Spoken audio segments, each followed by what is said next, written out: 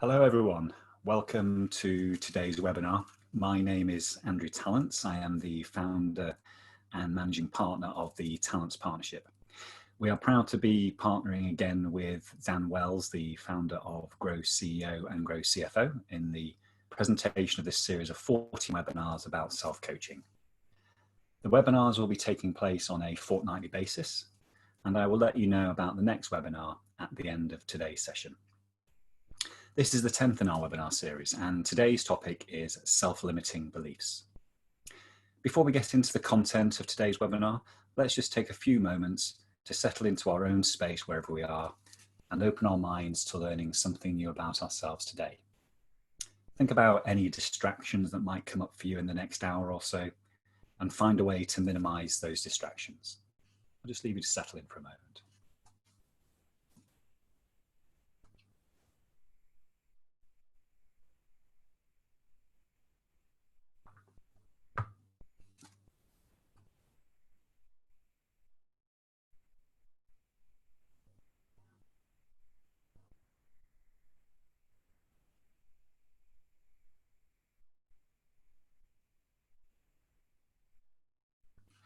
We have an hour together today, and I'm going to share some content with you and get you to do some thinking about how you personally can become more self-aware of your own self-limiting beliefs and discover ways to manage them effectively. This will take about 40 or 45 minutes, and we'll have up to about 15 minutes for Q&A. You don't need to write down what is on the slides today because we'll also post those online later, but I do need you to have pen and paper to hand, as I'm going to ask you some thought-provoking questions later on. I won't be looking at the Q&A box today, so as we go through the webinar, if any questions come up for you, then please write them in the chat box and I will answer them at the end of the presentation. Some of you may experience technical problems during the webinar today. If this happens to you, then please exit the webinar, rejoin. I'll do the same if it happens to me. I also know the Wi-Fi has been very slow, so if we do get some lag on today's webinar, we'll also be recording today's session and posting it onto the Grow portals on LinkedIn and on my YouTube channel later on, so you can review the webinar at your convenience. Over the next few weeks, we'll be exploring the other webinars, and we'll be exploring some different aspects of self-coaching. In previous webinars, we've explored the importance of self-leadership, the question, who am I? And we've also explored the question, why me? We've talked about the concept of essentialism, the pursuit of less, and how we can build our resilience over time. We've explored the importance of building our emotional intelligence and how building trust in our key relationships can help us become more successful over time. We've also explored how important key stakeholder management is to a leader's success, and we've learned how to hold ourselves and others to account more effectively. If you didn't manage to see any of those webinars, you can watch them again on my YouTube channel. Just type in Andrew Tallents into YouTube. I'm very fortunate in what I do to be able to coach ambitious leaders to help them fulfill their potential and be successful in life. In our coaching sessions, we explore many of the issues on this slide to enable the leader to learn how to start self-coaching over time so that they can sustain their success in the long term. Let's explore what self-coaching is. According to the International Coach Federation, coaching is defined as a partnership with clients in a thought-provoking and creative process that inspires them to maximize their personal and professional potential.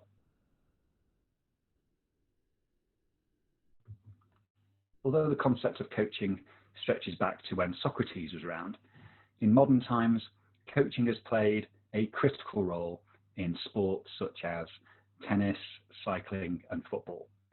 But it was Tim Gallwey and Sir John Whitmore who took the movement of coaching from the sporting arena into the business world in the early 1970s.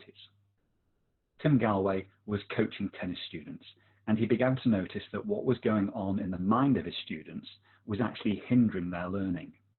He started experimenting with ways of helping players learn by developing their awareness of the way they moved around the court and the way they hit the ball, not by specific instruction. He gave it the term the inner game and published his initial findings in the Inner Game of Tennis in 1974.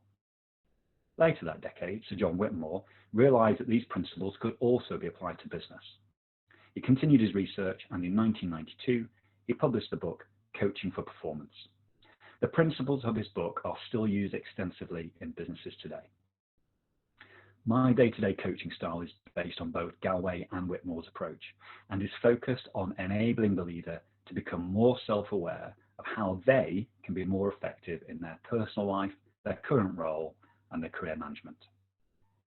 During my coaching sessions with my clients, we identify ways that the leader can take their learning into everyday situations. Specifically, they learn how to coach themselves in key moments in relation to decision-making and relationship building. I'm enabling the leader to self-coach so that over time, they don't need to spend as much time with me. We define self-coaching as the process of leading one's own personal development through self-leadership and the support of others to help maximize their personal and professional potential. Through self-coaching, once you as a leader have decided that you are going to lead yourself first, and you have worked out who you are and accepting who you are, and you have worked out your true purpose in life and why you are here, and then you commit to an essentialist life, enabling you to really focus on those tasks and relationships that enable you to fulfill your purpose, you are then in a position to learn how to build your resilience over time. And as you do this, you can become more effective at managing your emotions, and you can choose to react in the most appropriate way as events happen around you. As you continue on your self-coaching journey, you learn how to build trust with key stakeholders and hold yourself and others to account to influence your future success. Today, we'll be exploring the importance of managing our own self-limiting beliefs to ensure that we make the most of the opportunities that are presented to us and build our courage in our day-to-day decision-making.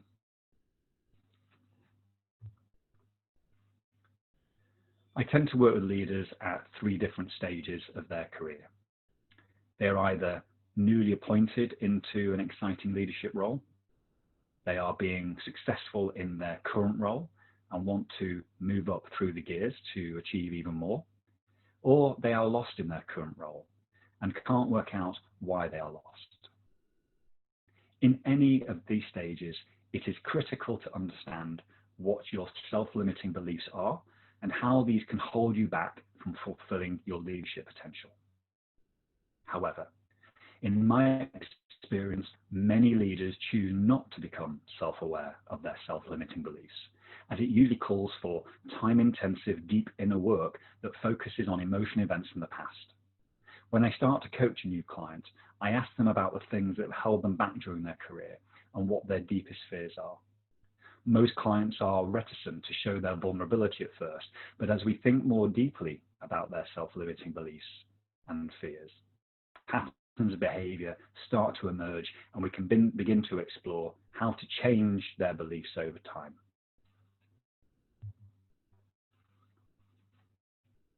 When coaching leaders, I tend to find that the following issues tend to get in the way of them managing their self-limiting beliefs effectively. When leaders are appointed into new roles, they're quite rightly pleased with themselves, and they should be, but they're under the impression that what got them here to this point will be good enough to help them progress further in the future. However, as leaders become more senior in organizations and are more in the spotlight, they cannot always behave as they did before.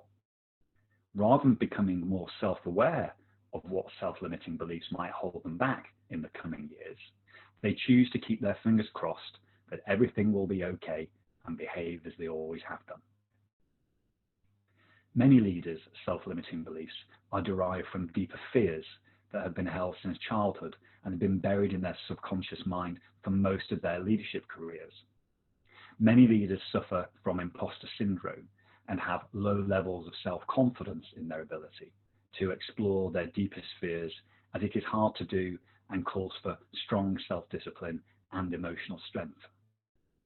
This can lead to further self-doubt and the avoidance of certain situations that bring the fears front and center. Others in the business begin to lose confidence in the leader as they feel disengaged and discouraged due to the behavior that the leader is exhibiting. Not enough leaders are challenged by others to confront these beliefs, and leaders rarely challenge themselves to think deeply about how these beliefs and fears might be holding them back. Most of my clients make incorrect assumptions about their own ability to deal with difficult people and situations. They tend to remember the bad outcomes, and this reinforces their fears. They tend to forget the situations they have managed effectively and don't ask for feedback on when they have been effective. They also make the assumption that their various stakeholders don't notice the behaviors that are linked to their self-limiting beliefs or fears. However, as the leader is in the spotlight and their behaviors are amplified, patterns of behavior soon emerge, and the stakeholders learn how to manage the leader's dysfunctionality, to the extent that the problem often goes away for a while until a critical situation arises and the behavior needs to be addressed by one of the parties involved. The leader rarely tests these assumptions, and it is not common for leaders to ask stakeholders for help in addressing their self-limiting beliefs, as they fear that it will be misunderstood as a display of weakness.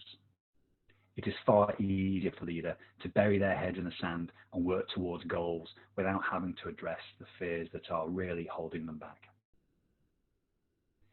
Many leaders are uncomfortable showing vulnerability, as they believe that this is a display of weakness.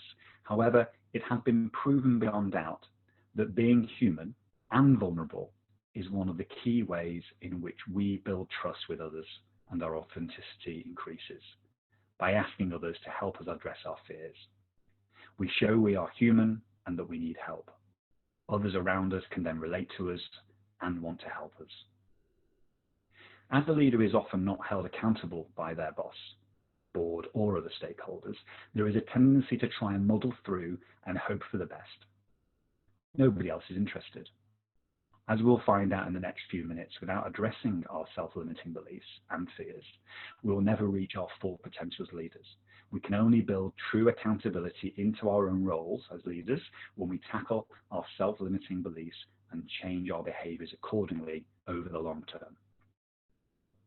As a consequence of all the above issues that I see, the leader often chooses to spend their time avoiding certain situations and minimizing personal risk rather than leading from a position of courageous and fearless leadership.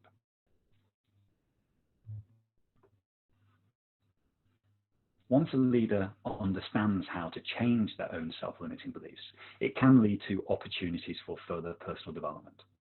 For example, a leader who previously believed that they were not effective at public speaking can change their internal beliefs over time and find opportunities to represent their organization in public forums, and with more practice, can develop their broader communication skills in the process. Being vulnerable demonstrates how key stakeholders can help leaders to overcome their self-limiting beliefs. When things get tough or creative solutions are needed, they can rely on their stakeholders to help them focus on what is really needed to be successful in the long term. If leaders really understand how to overcome their fears, it enables them to think more deeply about a variety of situations that could challenge them, take them out of their comfort zone, and build their self-confidence further. Once the leader begins to overcome their fears, it sets the tone for the rest of the organization and inspires other employees to become more self-aware of their own self-limiting beliefs. By overcoming their fears, leaders often build their self-confidence and vulnerability, and this in turn enables them to become more authentic and courageous as a leader. I'm sure some of you are wondering at this point about how we become more aware of our self-limiting beliefs and how we change those beliefs. What does all this really mean in practice? Of course, as ever, it starts with the leader. They need to be able to demonstrate that they are aware of their own self-limiting beliefs and are willing to change those beliefs with the support of others around them as needed. This sounds easy to achieve, doesn't it? As they are the ones that are committing to changing their beliefs. But as we know, it is not easy without the right support. When working with my clients, I ask them to list out some of their self-limiting beliefs. I ask them to think about what they believe they are not good at, or situations where they are overly self-critical about themselves. Here are some common responses that I get from my clients. I need to keep adding value. Many leaders have a self-limiting belief that they must always be seen to be adding value to everything they do. Unfortunately, this can be counterproductive at times, particularly when others in the organization or their team are better equipped to add the value required. If a leader can change this belief, it allows them to focus on what the team really needs rather than just adding value. Often when we explore what lies behind this belief, new self-awareness emerges around how previous negative experiences of feeling undervalued by others have reinforced the belief, and we focus on future behaviors to replace the past behaviors. I need to be the smartest person in the room. I see this belief a lot in my work. Many leaders feel that they need to demonstrate that they have the highest IQ in the room to bolster their position in relation to decision making. The reality is that there will always be people in the room smarter than the leader, and they will tend to be able to question the leader in such a way that demonstrates that.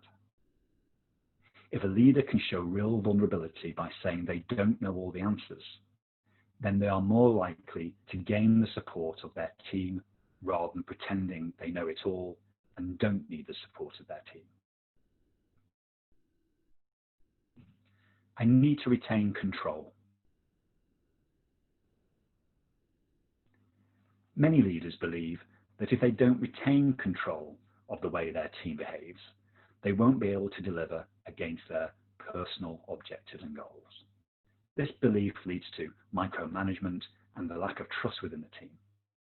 When we explore what lies behind this belief, self-awareness often emerges about previous negative experiences where the leader felt helpless and out of control. They then ensure in their career that this does not happen again by gaining a position of authority where they can retain that control. I need to lead from a position of strength. Many leaders have seen role models in their careers demonstrate heroic leadership focused on playing to their strengths and not being open about their weaknesses. This lack of vulnerability can lead to stress and anxiety for the leader as they fail to recognize how their weaknesses are actually holding them back. They block it out. I need to win at all costs. Many leaders have a competitive streak to them and want to prove themselves worthy of the leadership role they have taken on. Depending on the company culture, this can be very unhealthy for other team members, as values are often compromised and the leader's behavior becomes aligned to winning at all costs.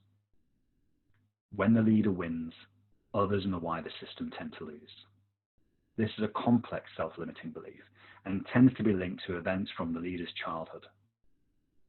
By becoming more aware of the reasons behind the belief, the leader can change their behavior over time and become more inclusive in their decision-making, looking for win-win outcomes.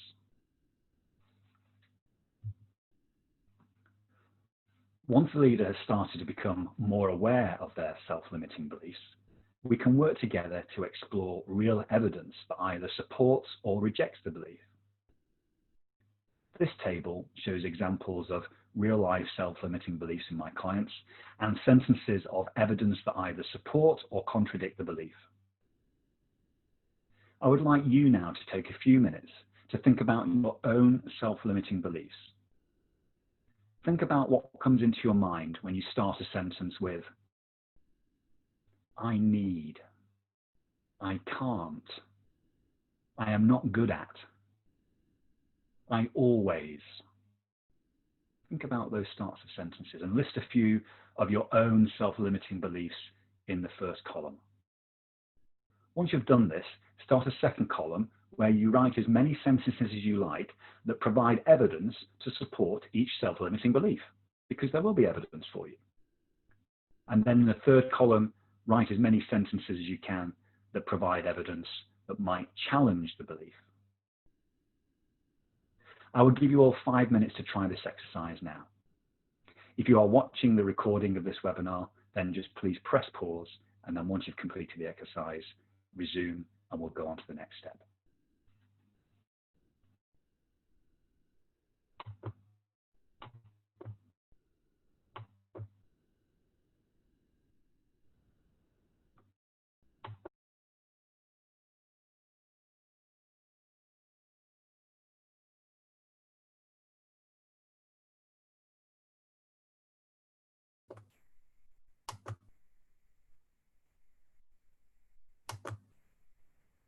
Thank you for having a go at that exercise. Obviously, you wouldn't have completed it necessarily because there's many self-limiting beliefs that we have, but obviously you can maybe continue with this after today's webinar. Now, what this hopefully has done is raise the level of your own self-awareness about your self-limiting beliefs. So what can you do now to manage them more effectively? I'd like to give you a quick example of how to do this. Several of my clients have a self-limiting belief that they are not good at managing conflict, and this is very common, and therefore they would avoid conflict situations as much as possible. As a leader, it is inevitable that a conflict situation is going to arise sooner than later. I ask my client to write out the evidence that supports and opposes their belief around conflict, and in this example, the leader might evidence that when they have to deal with conflict in the moment, without any preparation, they know they have not handled the situation effectively. It's been sprung upon them, and they can judge this by the outcome. However, when we actually think deeply, they also have evidence that they do deal with conflict effectively when they have time to prepare for the conflict meeting. We can work out a coping strategy together that enables a leader to delay the surprise conflict situation until another day. They have the right not to deal with the situation at the moment, explaining that it is more appropriate to deal with it when both parties are calmer, and they feel much more confident after preparing for the conflict situation. This benefits both parties as the outcome is usually more effective for the leader. By considering the evidence for and against our self-limiting beliefs and being kind to ourselves in that, we can engineer coping strategies to help us build confidence in overcoming those beliefs. However, these are only coping strategies. Behind every self-limiting belief is a deeper subconscious fear. Once a leader begins to understand and cope with their self-limiting beliefs, we can start to explore their fears more deeply. Here is a table of some of the most common fears that leaders have. The more courageous a leader can be in identifying and facing their fears, the more effective they will become over time. In everyday work situations, most of the fears that leaders have are completely irrational, and yet we all feel them to a certain extent. These fears inhibit certain behaviors and stop leaders from fulfilling their potential. In my coaching sessions, the leader will often list their fears. They will think deeply about the behavior that the fear drives, and then they work out the likely consequences of that behavior. For example, if a leader has a fear of failure, they may adopt strategies that are more likely to be successful in the short term, rather than take risks that could lead to short-term failure, but success in the long term due to the learning gained by the failure. Once the leader understands the range of consequences that can occur if they don't overcome their fear, they can make a more informed decision on whether the fear needs to be addressed or not. Again, I would like you all to take 5 minutes to become more aware of your own fears and the behaviors that they drive. Create a table like this. List your fears on the left-hand side, the behaviors that the fear drives in the middle, and the possible consequences of that behavior. There could be many consequences, but list them. So make a list of your fears, the behaviors that are created by those fears, and then the possible outcomes. Again, if you're watching this as a recording, then please press pause here and resume once you've completed the exercise. I'll give you 5 minutes for this, and then we'll continue to the next step.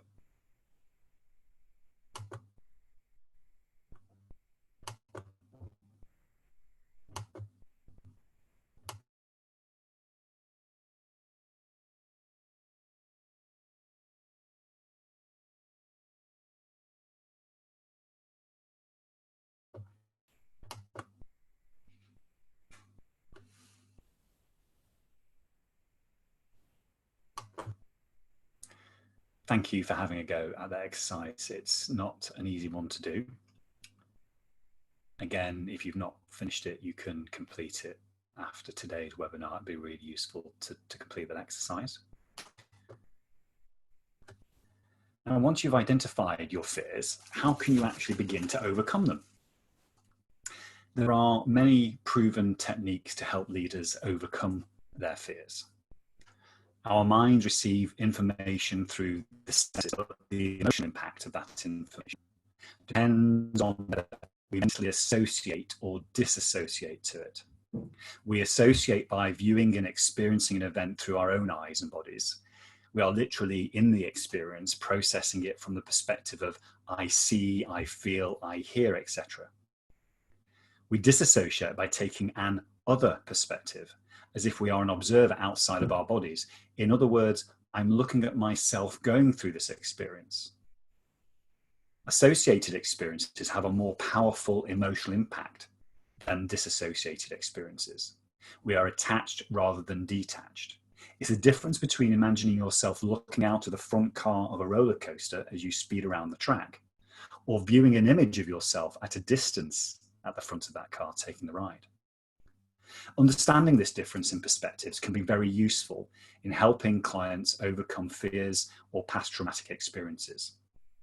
Richard Bandler, co-founder of Neuro-Linguistic Programming, NLP, developed a process to help clients safely confront their fears by disassociating and reframing their experience. This method is essentially a desensitization technique performed in less than 10 minutes, but it is very effective. Cognitive behavioral therapy, or CBT, enables you to manage your fears by helping you gradually change the way you think. It's based on the interconnectedness of thoughts, beliefs, and feelings and behaviors. It may take several CBT sessions to counteract a certain thought pattern. In order to accomplish this, you can overcome your fear with incremental steps. A sample plan, for example, for a fear of dogs might include first reading more about dogs to understand them, then watching a movie about dogs, and then finally going to play with a friend's harmless puppy for a few minutes.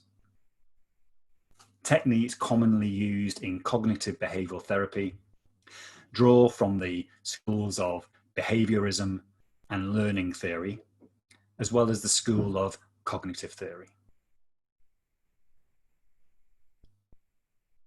Gestalt therapy, which I practice a lot, focuses on process, what is actually happening, over content, what is it about. The emphasis is on what is being done, thought and felt at the present moment now, rather than on what was, what might be, what could be, or should have been. Gestalt therapy is a method of awareness practice by which perceiving, feeling, and acting are understood to be conducive to interpreting, explaining, and conceptualizing. This distinction between direct experience versus indirect or secondary interpretation is developed in the process of the therapy. The client learns to become aware of what he or she is doing right now, and that triggers the ability to risk a shift or change.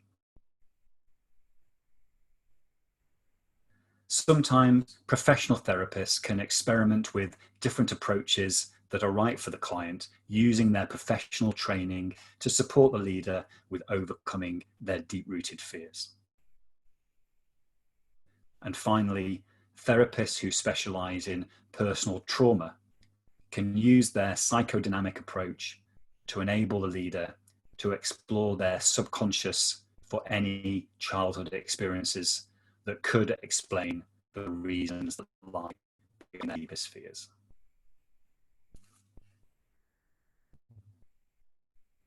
So what is it that you can do to identify and overcome your own self-limiting beliefs and fears?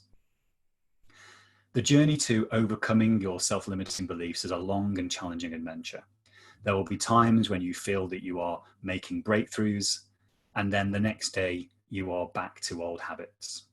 This is normal for all of us, and it takes time to overcome many of our fears.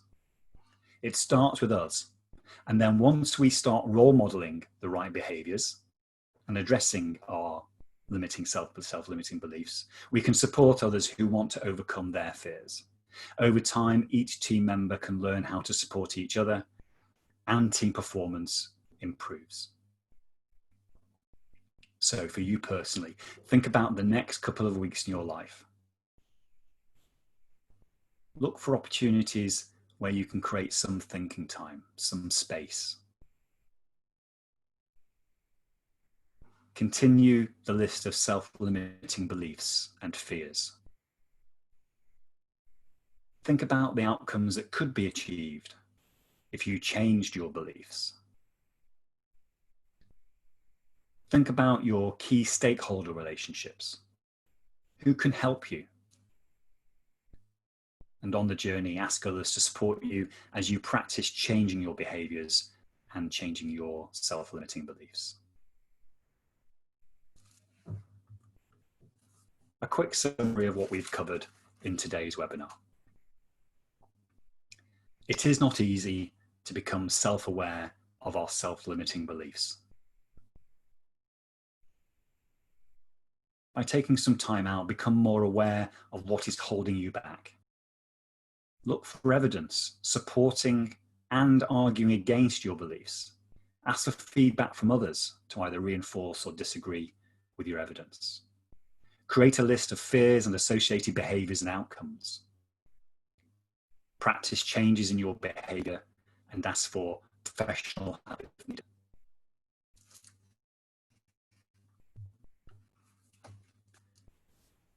As a thank you for attending the webinar, I'd like to make you all an offer today.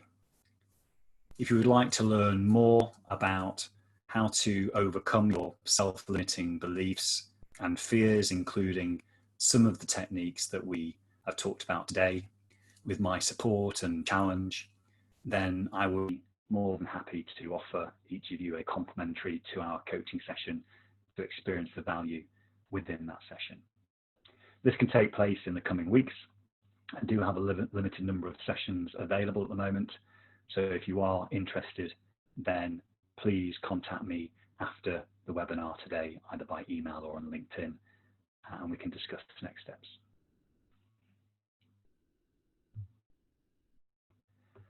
I just want to say thank you for listening today and for everyone participating in the exercises. I hope you enjoyed the webinar and have taken something from it. Before we go into the Q&A, I'd just like to say thank you and make you aware about the next webinar. This builds on today's learning further, and a lot of what we've talked about is about creating time for ourselves to really think about our own personal development. So the next webinar is going to be about creating space to enable us to think more deeply about that personal development and how we can protect that space. This will take place at 11 AM on the 17th of September, so 2 weeks today. I will send an invite out to you nearer the time, and I'll be on LinkedIn as well.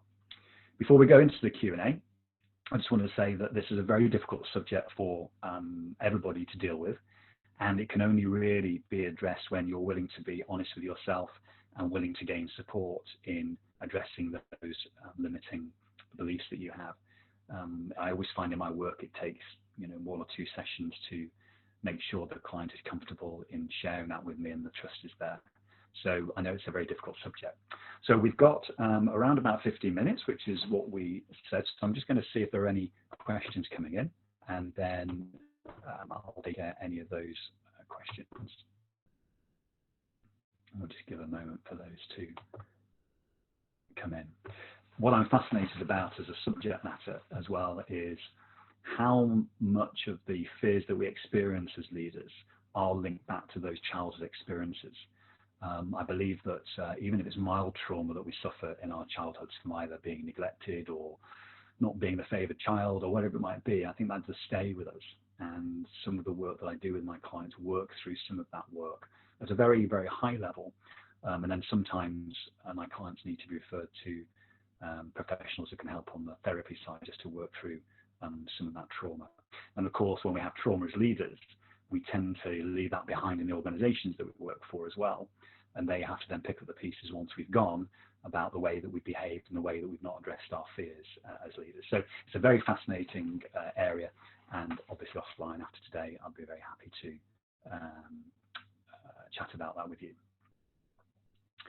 So I've got a question coming in here.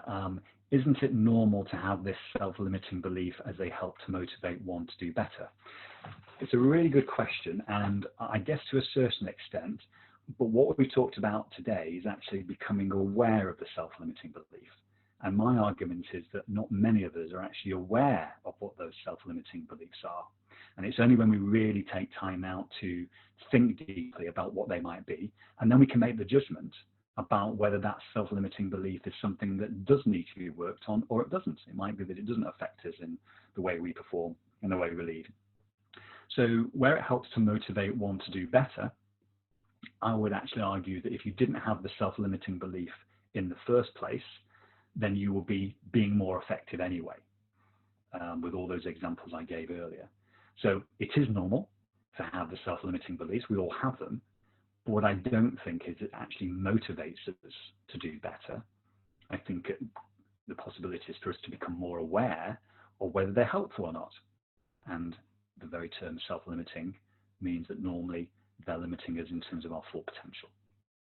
So thank you for that question. Very happy to take that one offline with you again. I'll just wait to see if there are any more questions coming through.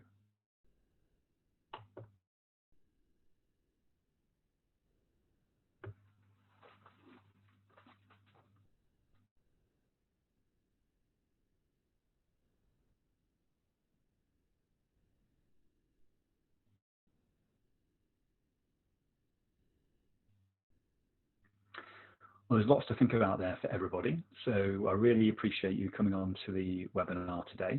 I hope that you make some progress. So we have got one more question just come in. Are there any signs that we should be aware of to spot when a fear is limiting us in our careers? So it's a really good question. And I think some of the signs, there are, I guess, two aspects to this. There's that feeling within you.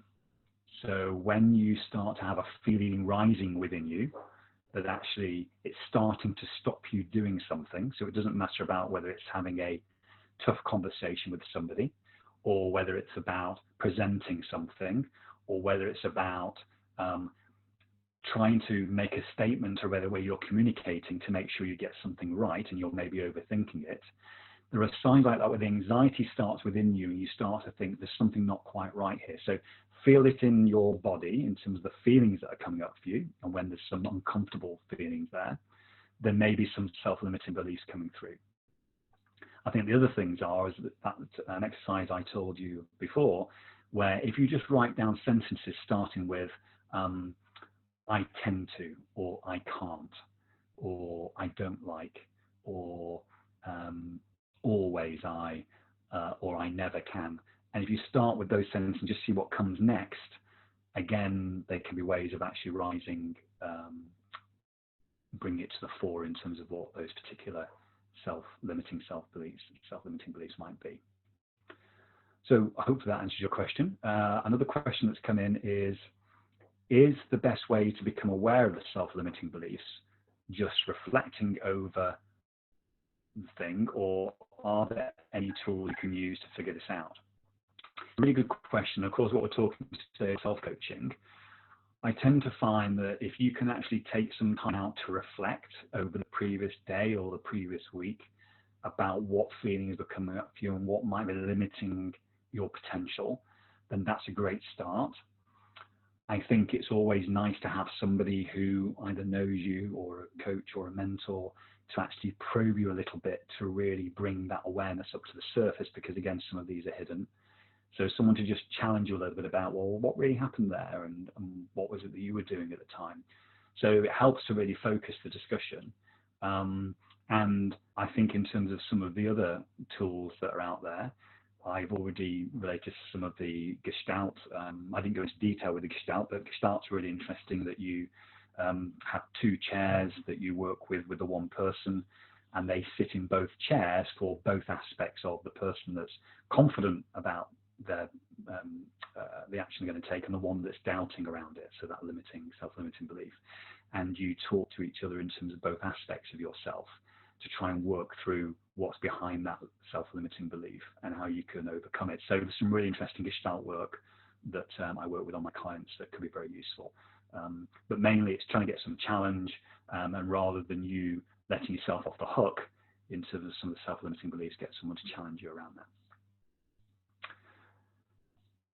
So I think what I'm going to do is bring the webinar to a conclusion. I hope to see all of you again in 2 weeks' time. Creating space is very important for all of us to think deeply about our personal development. So thank you again for attending today, and I look forward to seeing you in 2 weeks' time. Goodbye.